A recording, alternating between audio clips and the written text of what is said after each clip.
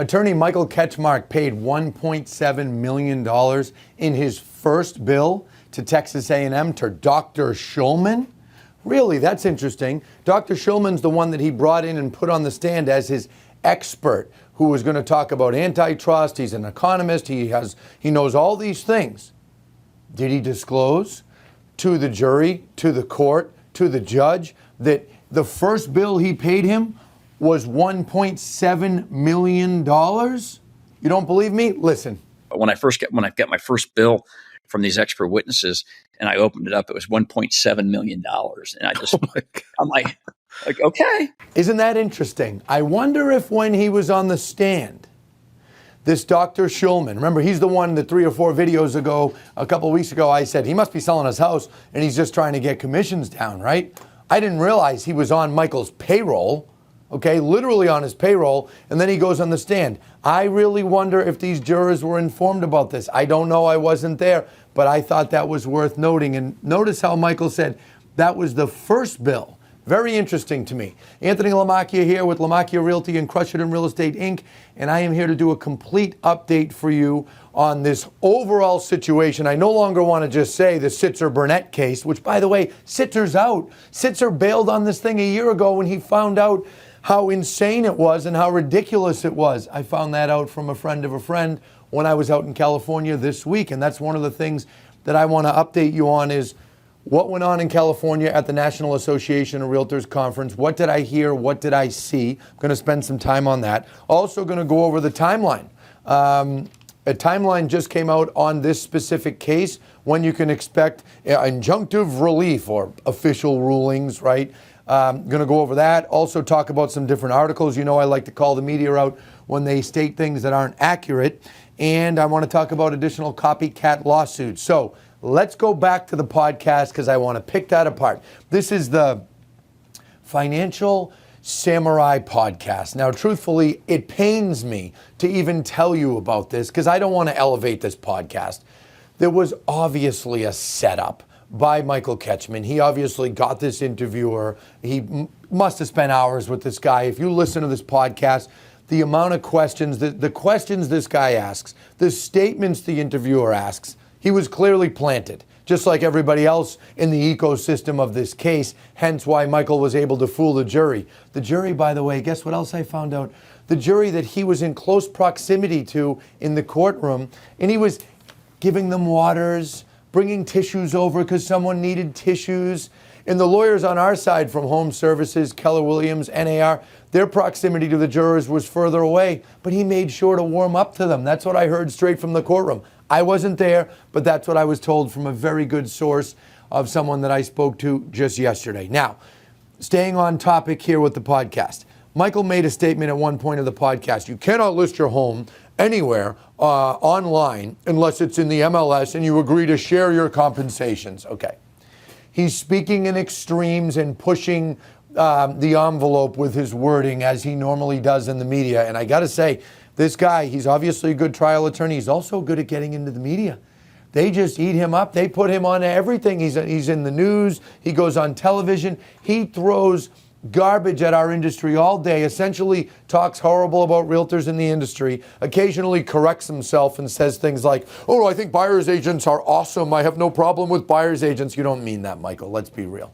Okay, you're trying to disrupt our industry. You were put up to this by someone at a very high level. I think I might know who. Many people are speculating, but you were sicked on our industry. You went out, you gathered plaintiffs, and you started this case, okay? So he says, can't list your home anywhere online unless it's in the MLS and you agree to pay and do this and that. Okay.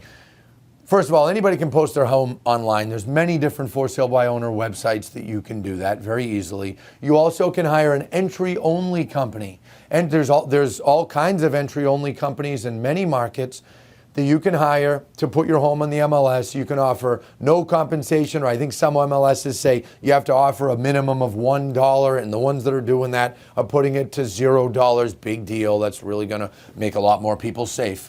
But he says you can't list it anywhere online. It's not accurate. Not accurate at all. And you can even put it in the MLS and not share and not pay any commission. A lot of these entry-only companies, they charge a fee just to have it listed, and that's it. The other thing that he mentioned again in the podcast, and I had already heard this, was his parents were in the courtroom and his wife was in the courtroom, and obviously his son was there. I'm sure he's training his son to be a skilled trial attorney like he is, but isn't it sweet that his family was there? And he said in the podcast, this gave me a chance, how cool is it that I got to do this in front of my family? And yeah, because they're excited about you setting up the next 10 generations, Michael, with all the money that you're ripping off from the real estate industry.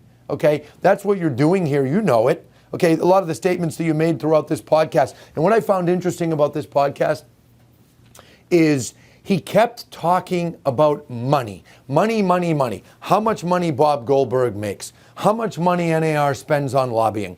How much money is collected in fees. The association is extrapolating $300 million out of members and investing it in these different things that, if they were putting it into ethics and training like the American Medical Association, that would be okay. But instead, they're teaching how to charge more in commissions. Okay, well, don't quote me on every sentence of that. Listen on your own. But what was interesting to me was this was like a 48-minute podcast. The guy spent like 35 of the minutes, and the interviewer, honing in and just pounding us on money, money, money, money. Now, I will admit, brilliant strategy on his part, because he's trying to paint this picture that realtors are just printing money. And then he made a point in the podcast to say, the corporations are who I'm going after. They're the ones making millions. Michael, how about you disclose how much you're going to make on this case? How about you do that? You went on and you talked about, I made some notes. You talked about how you had to pay $10 million out of pocket. $10 million out of pocket. And you said you have a client cash advance from your bank and all these things have to get paid. And you were clearly running around justifying how much money you're going to collect. Why don't you just own it? Say, hey, if 1.7 billion sticks, which frankly, I don't think it will, I think it'll be appealed. But let's say it stuck, or let's say it was a lower amount. You're getting a third. Because isn't that what all attorneys get, which I also find interesting? Isn't that interesting? He says that our industry is so awful, and all the articles and all the quotes that he puts out in the media, they charge 5 and 6%. Well, he usually says 6. They charge 6% and they share it 3 and 3. Why don't we talk about what contingency attorneys make at 33%? Why don't we talk about how it's very interesting that they charge that, and it seems to stick across their industry, across the nation?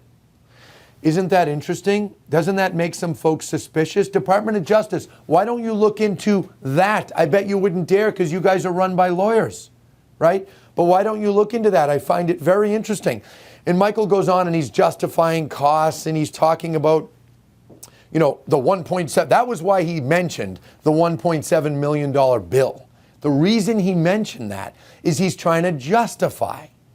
Michael, just say it. If 1.7 happens, you're getting hundreds of millions of dollars. You're affecting the next 10 to 20 generations of Ketchmarks. That's what you're doing. Just own it. Just say it. But don't try to come off like, poor me, we had to upfront all this money. Me and my small law firm with my son and 3 or 4 other lawyers, poor us, we had to front all this money. We're taking all this risk. We put up all this money knowing that we may lose and not get a dollar. What does that remind me of? How about a realtor? How about a realtor who's essentially their own business owner? They're independent contractors working for these brokerages, right? They invest sometimes thousands of dollars in the homes they list. Drones and fancy photography and advertisements and various publications. They do that with no guarantee the home is selling. They invest money with no guarantee. What about buyer's agents, the ones that you say are awesome? You don't mean that, let's be serious. But the ones that Michael says are awesome, okay? Buyer's agents go out, they show homes weeks, months, sometimes years, nights, weekends, all different times, knowing that they may never sell this person a home. You look at buyer agreements, listing agreements, we don't force people to sell a home. If they decide not to sell at some point during it, they don't have to. Kind of like what happened to Michael with Mr. Sitzer, who bailed out over a year ago, but Michael had enough other plaintiffs lined up. Those plaintiffs, I hear some are friends. More to come on that, okay? More to come on that. Keep watching my videos. Let me continue. NAR Conference. Wonderful event, as always. They put on a great show, as always. The National Association has taken a lot of bad media. And the media, as I'm going to go through with you all soon, is just pounding us, okay? There was some drama in the summer, some allegations about the past president. Now we've got these cases. A lot of good is being forgotten here. So many wonderful people. Realtors flew in from all over the country. I flew across the country to make sure I went. Attended my committee meetings, did things to help realtors improve their businesses, along with several others. There's people that do way more than me. These presidents, these regional VPs, the treasurer, all the folks involved at NAR, including the staff, they're working hard. They put on a terrific event. I have never in my 12, 13 years of going to NAR conferences, have I seen more people attend the opening general session as I saw on Tuesday morning. Our COO and I, Jackie, we walked in the room. We got there at like 9:01. It started at 9. There wasn't a seat to be found. I'm talking thousands of people, okay? So the notion that the Realtor Association is dead and the real estate business is dead and commissions are going to come down a third and they're going to come down half, all these articles that clearly the plaintiffs, in particular Mr. Ketchmark, are hiring these PR firms to just pump media like crazy. They're doing a great job at that. A lot of things looked alive and well out at the event. Industry, vendors and different companies, everybody was there. And you know what I never heard once the whole time I was there? Never saw, never heard, never any even whisper about, what do you charge for commission? This is what we charge. You hold the line, we'll hold the line. Let's not give in on commissions because of these cases. Never stated anywhere, ever. Ever, ever. Never heard it as long as I've been going to these conferences. Never heard it. I was at RAS Media 6 weeks ago. Never heard it. That's a can't-miss conference for leaders. I was at Inman last January. Never heard it. I could go on and on. Housing Wire, Real Trends. Nobody talks about this. But the attorneys, they like to push that on the plaintiff side, and it's a bunch of bull, and we all know it. Now, timeline for the case. Here's the bottom line. We're not going to hear anything official till we get to April, I think May, okay? And that's on this one case. The media, at some point here in the next few weeks, it'll die down, okay? But we're not going to hear anything big or anything official till then. In between then, there's a date for submissions from the defendants where they can submit rebuttals or, how do I read this, oppositions. They can do that by... let me see here. They can submit by January 8th, by February 24th. The plaintiffs can respond, blah, blah, blah. Bottom line, we're not going to have anything official till spring. I will undoubtedly, with our legal team, review these pleadings that get submitted in January and February, and I'll be providing updates to you. But bottom line, we're not going to have anything official until then. In the meantime, let's keep doing what we do best. Let's serve buyers, serve sellers, serve tenants, serve landlords, serve the people of our country. We have a massive trade association, and even those of you that aren't part of NAR, there's 3 million licensed realtors or 2.5 million licensed, real estate agents in the country, and about 1.6 or 1.5 million of realtors. Keep doing your job. That's what we do, and that's what we do best. And folks, we've been doing it for how long? Hundreds of years. The National Association's been around over 100 years. And you know what else is interesting about some of the comments in the podcast that just came back to me? And it's coming to me also because the next thing I'm doing is reviewing articles. All this talk about how buyer agency inflates commissions. Folks, commissions haven't changed that much in over 100 years. There's always been discount companies. There's always been companies and realtors that are more expensive. Just like cars. There's cheap cars, there's expensive cars. You get what you pay for. That's the nature of capitalism, okay? So let's take a look at a couple of these articles. New York Times, I read this early this morning, actually like an hour ago. They put an article out, and there's a reference to a buyer going to a property, and someone said, you don't need a buyer's agent anymore. Okay, well, if buyers want to go up unrepresented, go ahead. It's your choice. You have an option of that. Just like sellers have an option to not offer cooperating brokerage compensation. It's in our listing agreements, but a seller can deny it, right? That's been like that for a long time. I've had several listing appointments when I was selling where sellers questioned it, and I explained the benefit of the seller offering that because the buyer drives the process. And if a buyer realizes they have to come out of pocket to pay their agent as opposed to it coming through the sale from the seller's side, it might deter the buyer from the property. This has been conversations been going on for 19 years that I've been in the business.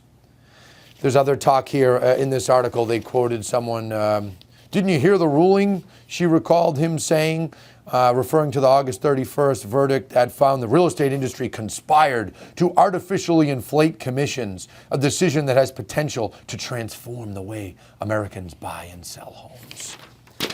Okay, we've been conspiring for over 100 years and we've gotten away with it the whole time. Give me a break. And many saw the verdict as targeting a profession people love to hate.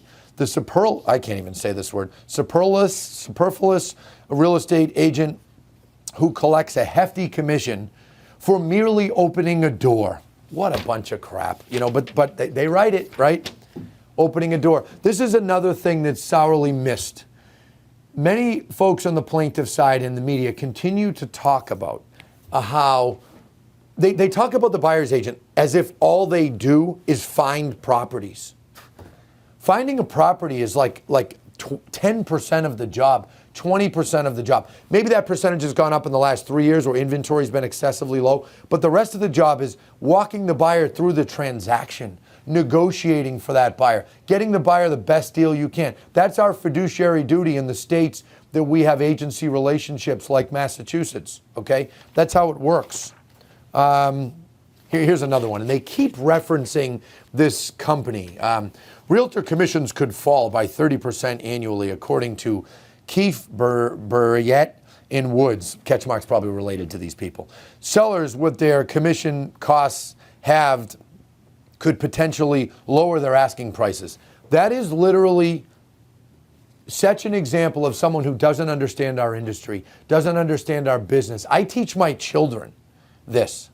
When you have less of something, the cost of it, the price of it goes up. When you have more of something, the price of it goes down. Home prices are solely impacted by supply and demand. They don't have anything to do with halves of commissions and all this other crap that the media is peddling. Okay, here's Stephen Brobeck. He's and this is interesting to me. He's with the Consumer Federation of America. I've spoken to him in the past. He's a gentleman, okay? He's not a wise guy like Michael Ketchman is in the media, okay? Michael Ketchman reminds me of me when I was 13, right? But this Brobeck guy, he's a gentleman. But I disagree with him, and he says he's for consumers. This is an example of someone who I believe is for consumers, Stephen Brobeck, but he doesn't understand the intricacies of the business, doesn't understand the poor impact this will have on first-time buyers and buyers as a whole. Because if he did, someone who truly cares about the consumer, he wouldn't be making the statements he's making in the media. But there's a lack of understanding. And I'll admit, I even heard our attorneys on our side, there were intricacies and things that came up in court that our attorneys, like, they couldn't answer with specifics in some cases. We need to get some experts in the room. I will volunteer myself for the next case. And I will also still volunteer myself to go on Last Call on CNBC and debate Michael Ketchmark all day, every day. I'll do it for an hour straight. I'll do no preparation. I'll read nothing before. I'll go on TV and debate him all day. The offer stands, Michael. When you see this video, because I have a feeling you're seeing them by now, let's do it, okay? All right, that's it for the New York Times article. Let me grab another one here. Here's another one in the Wall Street Journal. Veronica Dagger, I assume she's from the editorial side, which is more opinionated. I don't know that for certain, but almost no one pays a 6% real estate commission except Americans. That's the title, right? To get your attention, to again attack our industry, ambush our industry. Now you go further down. One reason commissions remain high is the use of buyer agents. Where are the people? Where are the consumer advocates like Mr. Brobeck, who 25 years ago said buyers need an agent?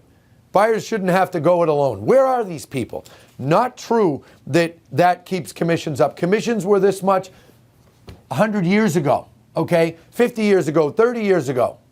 The only difference is realtors got a little more, not a ton. Commissions were being split between realtors all the time before MLS, all the time, maybe 80% of the time. Since buyer agency, it's a little more prevalent. Most transactions are co-broke, but it doesn't keep commissions high and it doesn't keep prices high. Here's what's funny though. So I read the title to you, right? Almost no one pays a 6% real estate commission except Americans. Now you go further into the article.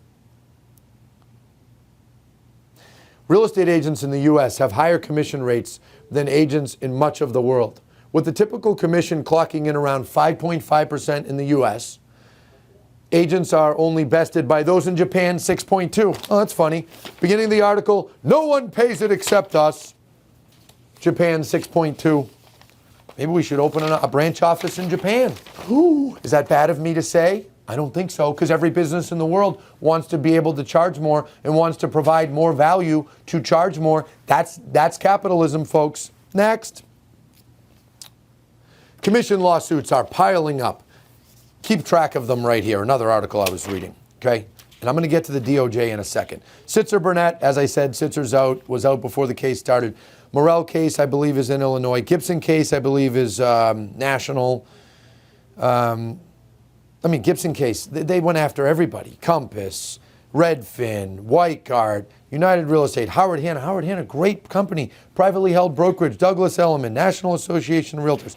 Batten 1 case, Batten 2 case, Burton case, March case, Nozelek case that involves our MLS here in Massachusetts. Another ridiculous case. Okay. Department of Justice. I want to talk about them for a minute. Department of Justice had a settlement on this whole matter. Okay. They did their typical review that they do every 10 or so years with our industry, with our association back in 2020. They came to terms. They agreed on things. New administration comes in 2020, the Biden administration that obviously has a thing for antitrust. They openly say it, right? What does the Department of Justice do in the spring of 2021? Backs out of the original settlement. The first time in history a Department of Justice has backed out of a settlement. First time in history. They did it so they can grandstand and say, we're so tough and we're so consumer friendly. Yeah, they're so consumer friendly, they're about to destroy things for buyers, okay? They're also going after other industries. I was reading some articles this morning. There's something with sports organizations going after franchises. Then there was another thing I was looking at. Hang on. I have to check my text, which I normally don't do when I'm doing videos, but I have to look at this. Our general counsel and my senior advisor, Jerry, they sent this morning. DOJ backs tenants in case alleging price fixing by big landlords and real estate tech companies. Well, I don't know specifics about that, but my initial reaction is that is no different than home prices. They are affected by supply and demand. You want to bring prices down, build more product, okay? That concludes my update on the cases, on the NAR event, and on the podcast that I recommend you listen to because it's very interesting. And I think on that podcast, Michael Ketchmark might have said some things that he might possibly regret saying, but that it remains to be seen. But I wanted to put it out there. I wanted to expose it in this video. And we're looking into more things. We will be back with another video either next week before Thanksgiving or right after. But I can promise you that we're on top of this case. We're paying attention. We're paying attention to how it impacts our industry, which, by the way, I haven't seen a big impact so far. Going to get into that more next week. And that's all, folks. Good luck. Happy home selling. Let's keep doing what us realtors do, serving the public, serving buyers, serving sellers, serving landlords, serving tenants, and so on. Thank you.